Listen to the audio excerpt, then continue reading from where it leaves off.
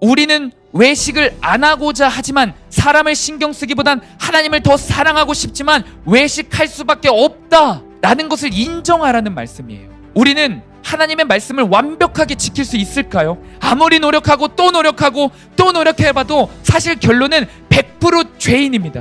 와, 내게는 진짜 선한 것이 단 하나도 없네? 나 또 넘어지네? 나 또 죄네?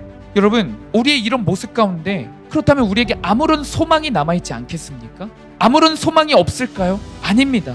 우리에게는 한 가지 남은 길이 있는 거예요. 바로 정직이에요. 어떤 정직입니까? 오늘 나의 상태에 정직한 거예요.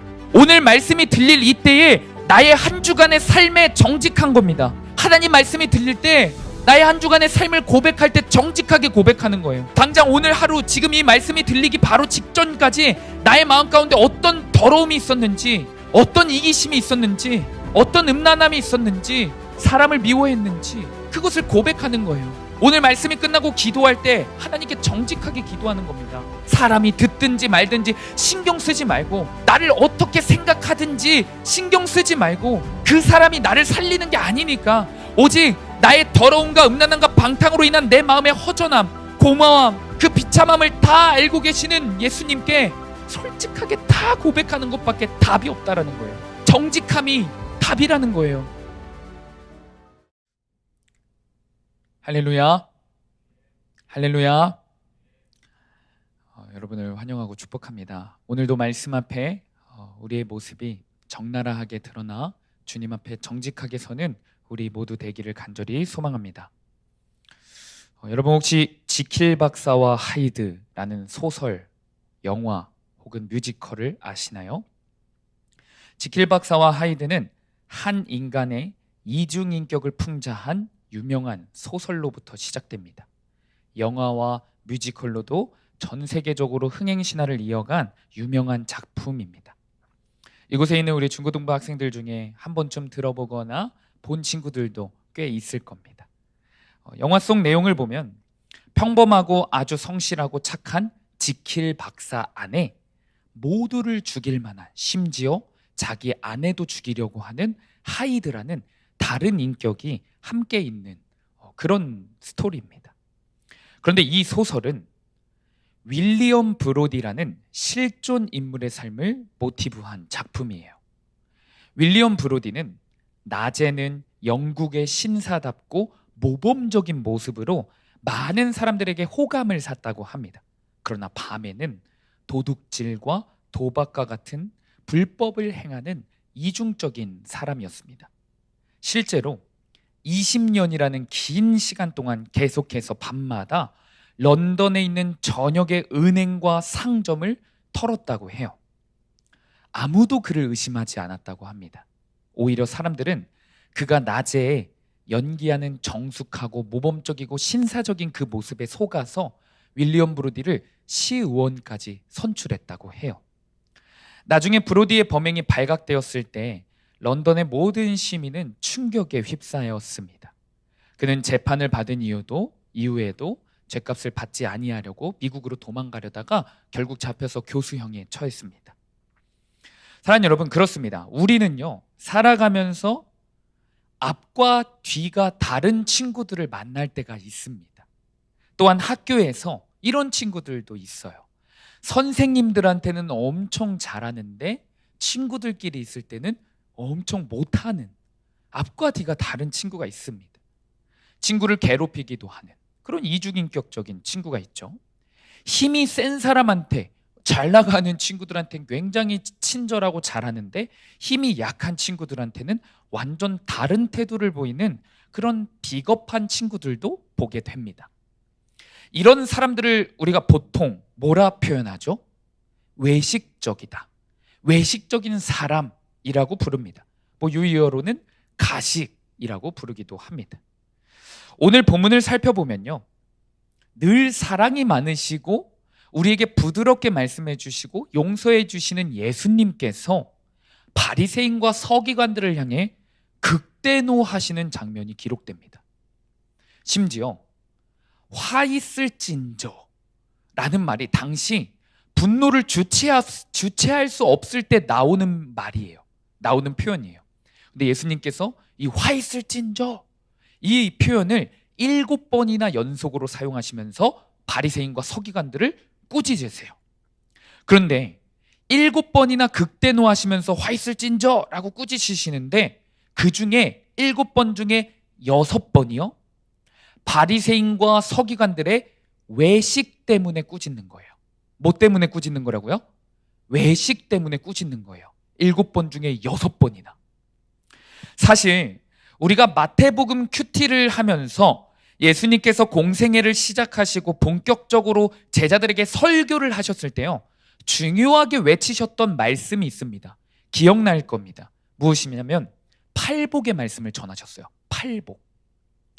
이 팔복은 뭐냐면 천국 가는 사람들의 모범을 보여주신 거예요. 이런 8가지의 본이 있는 자들은 반드시 천국을 가게 될 거야. 내 진정한 제자가 될 거야 라고 8가지의 복을 선언하십니다.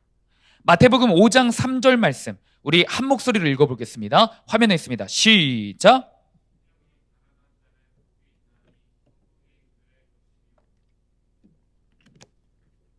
내 목이 많이 말라요.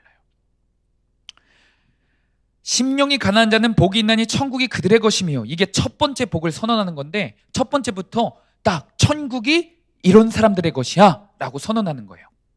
반대로 오늘 본문은 마태복음 초반이 아니라 끝부분이에요. 후반부입니다. 이 말은 예수님께서 곧 있으면 십자가에서 죽으실 그 사역을 준비하고 있다라는 것을 뜻해요. 마태복음 시작에서는 천국 가는 사람의 모범을 가르치시는데 마태복음의 끝부분에서는 7가지의 화를 내시면서 무엇을 보여주시냐? 지옥 가는 사람의 모범을 보여주고 계신 거예요. 이해 가시죠? 지옥 가는 사람들의 모범을 보여주고 계신 겁니다. 오늘 본문 바로 뒤에 이런 말씀이 있습니다. 마태복음 23장 38절입니다. 우리 한 목소리 읽겠습니다. 시작.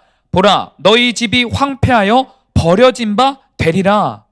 바리새인들과 서기관들에게 지금 7가지의 화를 선포하시고 다 말씀하시고 이런 죄가 있는 놈들은 다 내가 버릴 거야. 지옥 갈 거야. 단호하게 말씀하십니다. 그런데 그 중에 6번이나 등장하는 죄의 모습이 뭐라고요? 외식이에요. 그렇습니다. 여러분, 외식은요, 예수님이 극대노하시는 굉장히 큰 죄예요. 자, 그렇다면 예수님이 이 극대노하시는 외식이라는 죄, 외식이라는 죄는 구체적으로 무엇을 의미할까요?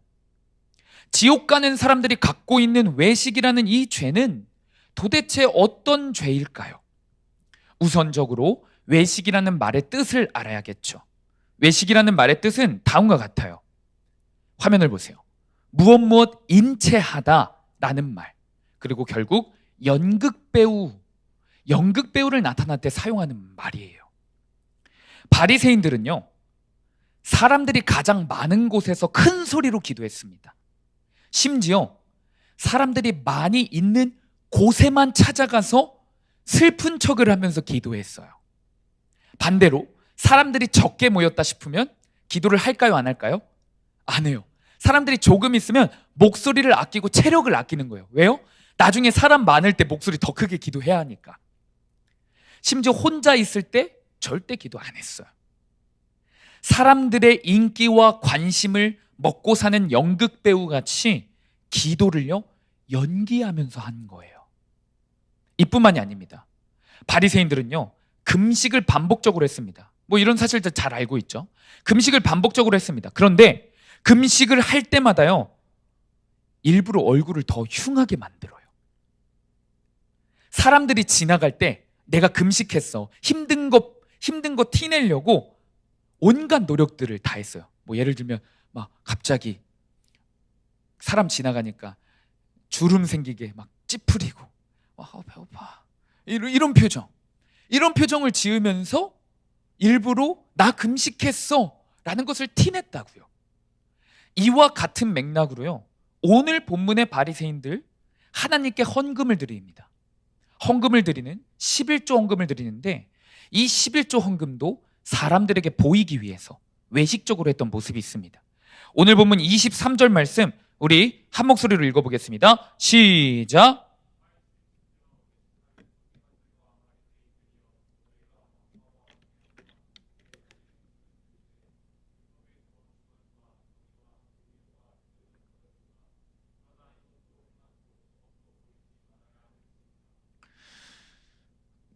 오늘 바리새인들이요 11조를 드렸던 다른 색깔로 표시되어 있죠. 박하, 회향, 근채는요 무엇이냐면 당시 가장 흔하고 값이 싼 채소들이었어요. 박하, 회향, 근채는 당시에 가장 흔하고 값이 싼 채소였습니다. 그리고요 주로 사용되는 곳은 음식에 간을 맞추는 양념 재료에 사용되었다고 해요. 그런데 바리새인들은 사람들이 보는 앞에서 이 작아 보이는 박하, 회향, 근채를요 10분의 9만 사용하고 10분의 1을 잘라서 11조를 바치는 거예요.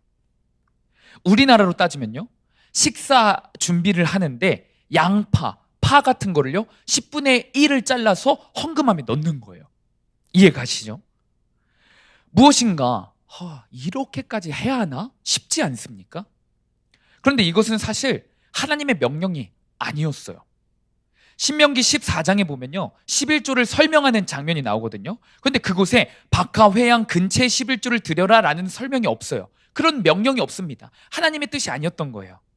곡식과 포도주, 기름, 그 다음 처음 난 소와 양의 새끼 등등을 드리라고 하지 박하, 회향, 근채는요 바리새인들이 추가한 거예요. 추가한 거. 왜 추가했을 것 같아요? 상상해 보세요.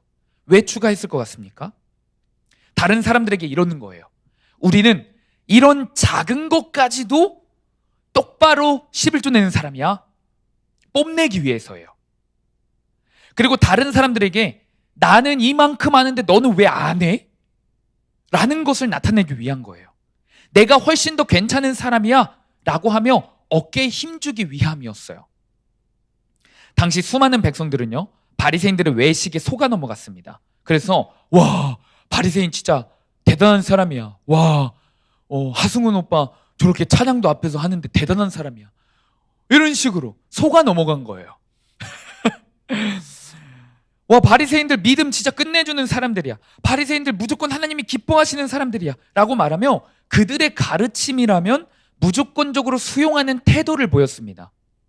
그러나 여러분 예수님은 이 바리새인의 외식에 속으실까요? 안 속으실까요? 안 속으세요. 절대 속지 않으세요. 왜냐하면요 예수님께서는 겉모습을 보시는 분이 아니라 마음속 깊은 곳까지 보실 수 있는 분이기 때문에 그래요.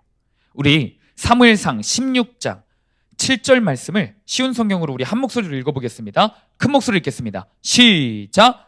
그러나 여호와께서 사무엘에게 말씀하셨습니다. 엘리압의 멋있는 모습과 키 큰 모습을 보지 마라. 나는 엘리압을 뽑지 않았다. 내가 보는 것은 사람이 보는 것과 같지 않다. 사람은 겉모양을 보지만 나 여호와는 마음을 본다.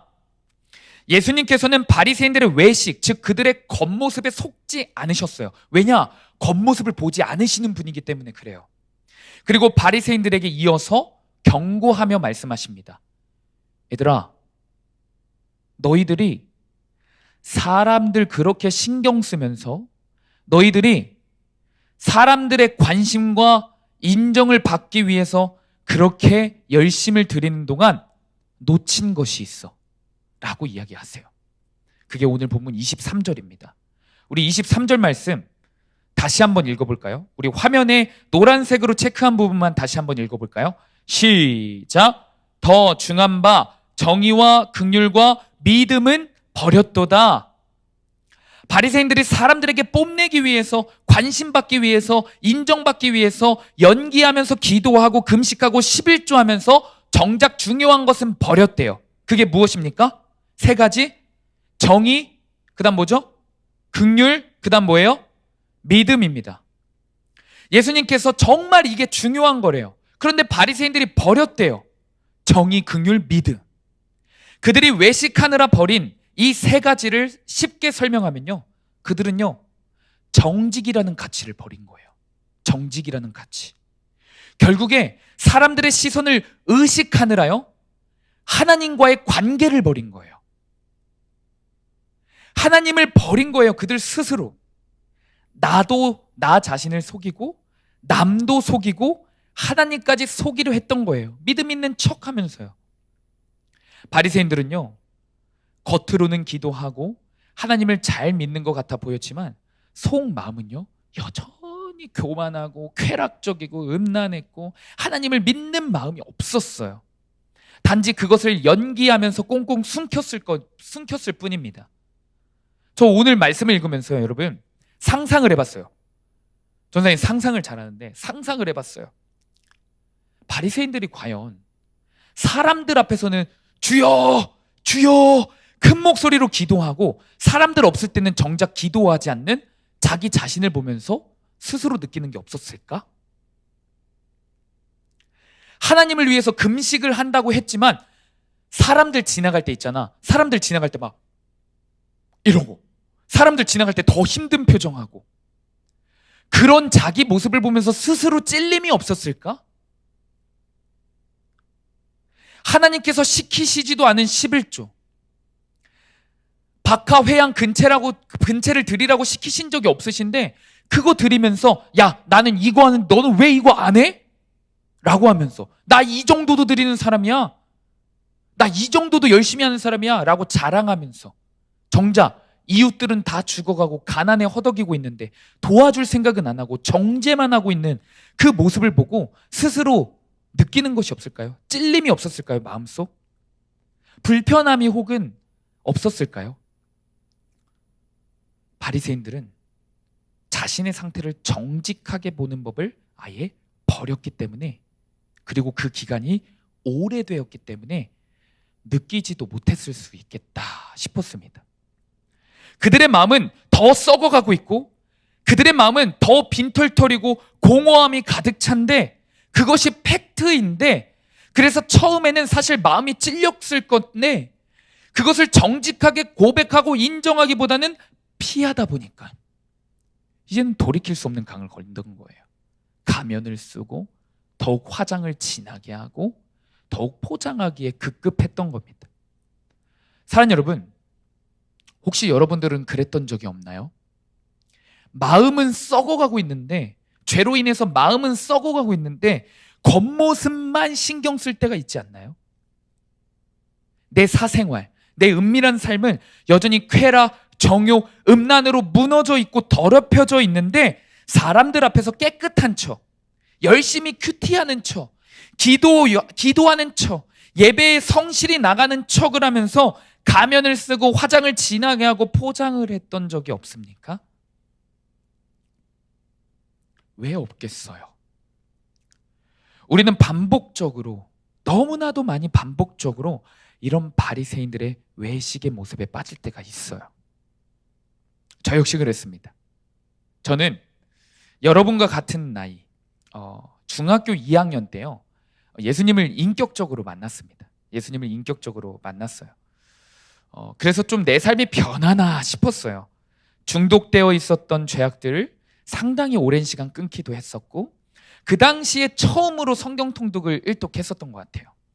그리고 새벽 예배를 나간 후 학교를 가기도 했습니다. 그러나 그것도 잠시 또다시 반복적인 죄, 음란의 죄악, 세상 문화의 죄악에 넘어졌어요.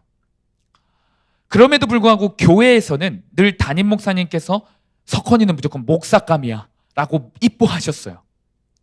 모든 교회 성도님들이 석헌이는 어려서부터 눈빛부터가 달라. 우리 한 친구가 오늘 예수동행 모임 때 자기는 어려서부터 교회에서 칭찬을 많이 받았다고 진짜라고 막 자랑을 했는데, 그래서 어려서부터 눈빛부터가 달라라고 하면서, 말씀 듣는 눈빛부터가 달라라고 하면서 성도님들 얼마나 칭찬해주고 이뻐하셨는지 몰라요. 그러다 보니 교회에서 어떻게 했어요? 열심히 했죠. 천사 그 자체로 살아가기 위해서 교회 오빠도 하고 정말 열심히 선한 이미지로 살아왔어요.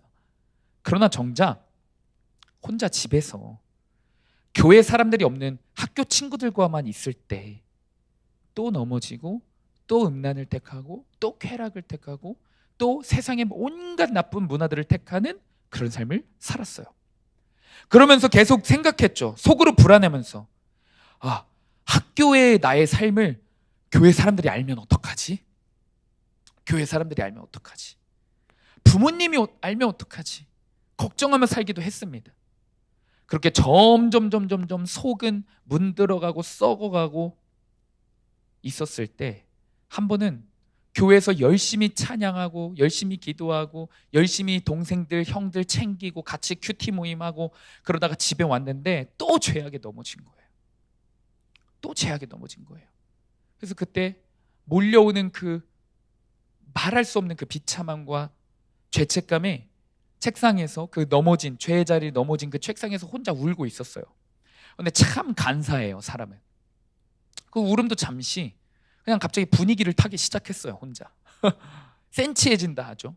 울음도 잠시 회개의 눈물도 아니었어요. 울음도 잠시 센치해져서 막 감정 잡고 분위기 잡으면서 한 번은 제가 뭘 했냐면 찬양 가사를 작사해 본 적이 있어요. 그 비참한 마음에 마치 뭐 찬양 가사를 작사해 본 적이 있어요. 뭐라고 작사를 했냐면요, 사람들의 시선 앞에서는 천사이지만 근디 정작 하나님 앞에서는 악마 같은 나입니다. 사람들의 시선 앞에서는 거룩하지만 근디 정작 하나님 앞에서는 음란한 나입니다. 이런 가사를 적은 적이 있어요. 너무 부끄러워요. 근데 더 충격적인 것은 무엇인지 아십니까? 찬양 가사잖아요. 찬양 가사를 작사한 건데 근디라는 전라도 사투리를 적었어요, 찬양 가사에. 이것보다 더 충격적인 사실은 뭔지 아십니까? 이 가사를 쓴 노트를 저희 친누나가 봤어요. 그래서 온 가족에게 소문이 나서 제가 한동안은 별명이 근디였습니다. 근디. 마치 그 노랫말을 불러가지고 이제 제가 작사한 거를 놀리는 거였죠.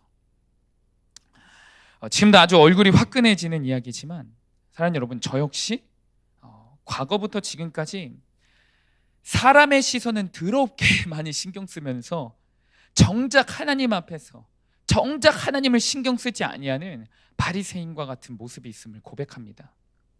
적용 질문입니다. 우리 적용 질문 한 목소리를 한번 읽어볼까요?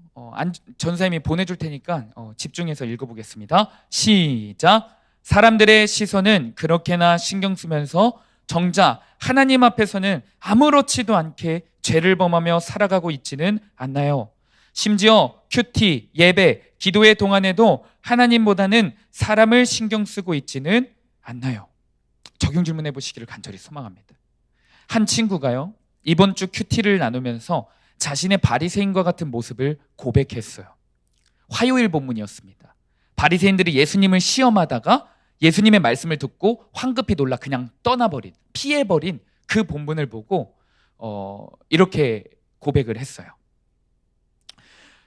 저는 그날 큐티를 하지 않았거나 전날 큐티 인증을 통해서 올린 적용, 전도사님들이 해석해준 그 적용을 제대로 하지 않으면 그 다음날 교회를 피해서 집으로 바로 갑니다.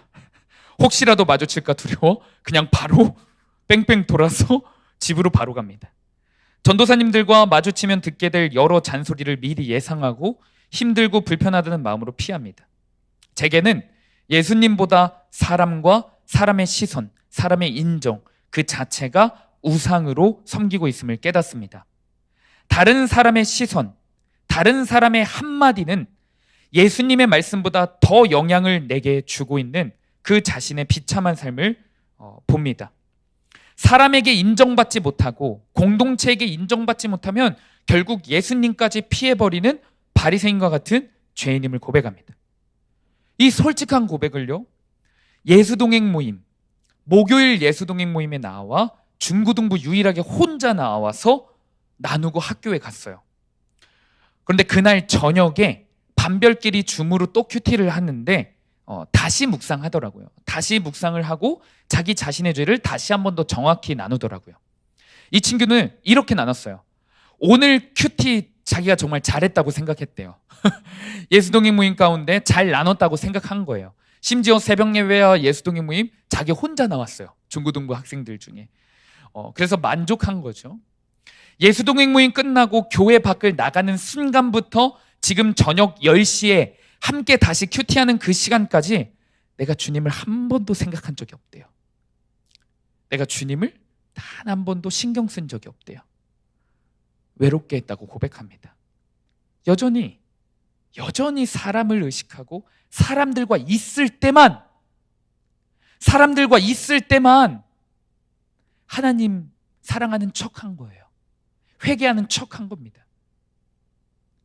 이 친구뿐만 아니라요, 정말 수많은 친구들이요, 예수동행 모임에서 큐티를 나누거나 집에서 큐티를 인증하거나 아니면 오늘 예배 끝나고 말씀을 반별로 나눔을 할 때나 말씀 끝나고 기도할 때나 모든 신경과 생각이 사람에게로 가 있은 친구들이 많이 있습니다.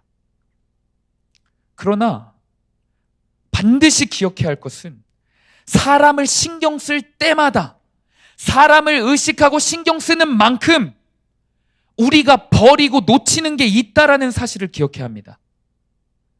나를 위해 죽기까지 사랑하신 예수 그리스도를 놓치고 있는 거예요. 자, 그렇다면 이것이 외식의 죄예요. 이것이 외식의 죄인데 우리는 어떻게 해야 될까요?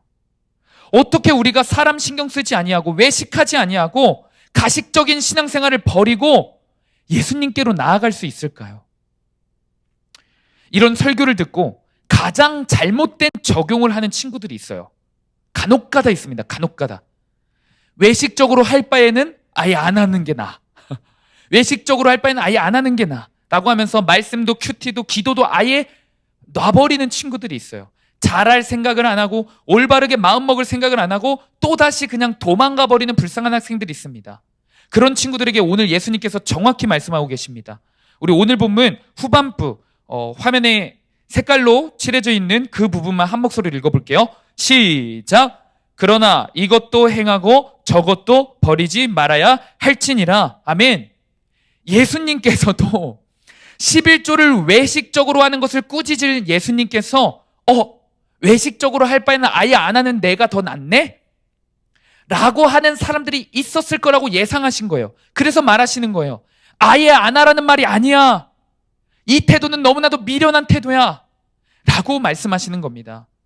자, 그렇다면 우리는 어떻게 해야 될까요? 어떻게 진짜로 외식적인 신앙을 벗어나 참된 신앙으로, 참되게 예수님만 바라보는 그런 진정한 그리스도인으로 설 수 있을까요? 사람을 두려워하기보단 하나님을 두려워하고, 사람을 눈치 보기보다는 하나님을 눈치 보고, 사람의 말 한마디에 영향을 받기보다는 하나님 말씀 앞에 순종하는 그런 그리스도인이 될 수 있을까요? 어떻게? 제가 한 목사님의 설교 내용을 짧게 갖고 왔어요. 짧게 갖고 왔는데 이런 말씀을 하신 적이 있습니다. 우리 한 목소리로 한번 읽어볼까요? 읽어보겠습니다. 화면 보고, 다들 화면 보고 한 목소리로 읽어보겠습니다. 시작! 신학대학이나 영적으로 잘 보이는 법을 터득한다. 믿음 있어 보이고 유창한 언어로 기도하는 법을 터득하고 심지어 죄를 섞어가면서 고백하면 더욱 믿음 있어 보일 수 있다. 겉모습을 신경 쓰면 그만큼 인정받기 쉬운 곳이 교회이다. 내 생각에 이러한 외식적인 신앙생활의 해결 방안은 완벽 아니면 정직 두 가지뿐이다. 마음과 목숨과 뜻을 다하여 하나님을 사랑하고 이웃을 사랑하는 완벽을 보이든지 아니면 정직하는 것이다. 그러나 마음과 목숨과 뜻을 다하여 하나님을 사랑하며 이웃을 자기 몸처럼 사랑하는 사람은 나는 아직 단 한 번도 본 적이 없다. 그러기에 완벽은 외식적인 신앙생활을 끊어버리기에 현실적인 방안이 아니다. 그렇다면 남은 한 가지 유일한 방안은 회개에 이르는 정직이다. 아멘. 아멘이지 않습니까? 이 목사님의 말은 우리는 외식을 안 하고자 하지만 사람을 신경 쓰기보단 하나님을 더 사랑하고 싶지만 외식할 수밖에 없다 라는 것을 인정하라는 말씀이에요. 우리는 하나님의 말씀을 완벽하게 지킬 수 있을까요? 아무리 노력하고 또 노력하고 또 노력해봐도 사실 결론은 100% 죄인입니다. 와, 내게는 진짜 선한 것이 단 하나도 없네? 나 또 넘어지네. 나 또 죄네. 여러분, 우리의 이런 모습 가운데 그렇다면 우리에게 아무런 소망이 남아있지 않겠습니까? 아무런 소망이 없을까요? 아닙니다. 우리에게는 한 가지 남은 길이 있는 거예요. 바로 정직이에요. 어떤 정직입니까? 오늘 나의 상태에 정직한 거예요. 오늘 말씀이 들릴 이때에 나의 한 주간의 삶에 정직한 겁니다. 하나님 말씀이 들릴 때 나의 한 주간의 삶을 고백할 때 정직하게 고백하는 거예요. 당장 오늘 하루 지금 이 말씀이 들리기 바로 직전까지 나의 마음 가운데 어떤 더러움이 있었는지, 어떤 이기심이 있었는지, 어떤 음란함이 있었는지, 사람을 미워했는지, 사람을 더 신경 썼든지 하나님보다 그것을 고백하는 거예요. 오늘 말씀이 끝나고 기도할 때 하나님께 정직하게 기도하는 겁니다. 사람이 듣든지 말든지 신경 쓰지 말고, 나를 어떻게 생각하든지 신경 쓰지 말고, 그 사람이 나를 살리는 게 아니니까 오직 나의 더러움과 음란함과 방탕으로 인한 내 마음의 허전함, 고마움, 그 비참함을 다 알고 계시는 예수님께 솔직하게 다 고백하는 것밖에 답이 없다라는 거예요. 정직함이 답이라는 거예요. 성경에는요, 자신이 지은 죄를 인정하지 않고 죄로 인한 그 무거운 죄책감과 공허함을 피하고 포장하고 숨겨서 결국 돌이킬 수 없는 것처럼 보이는 한 남자가 기록되어 있어요. 이 남자는 바로 다윗 왕이에요. 다윗은요, 음란의 끝판왕의 죄를 범했습니다. 자기 자신을 충실하게 따르던 우리아의 아내를 자신의 권력을 사용하여 간음했어요.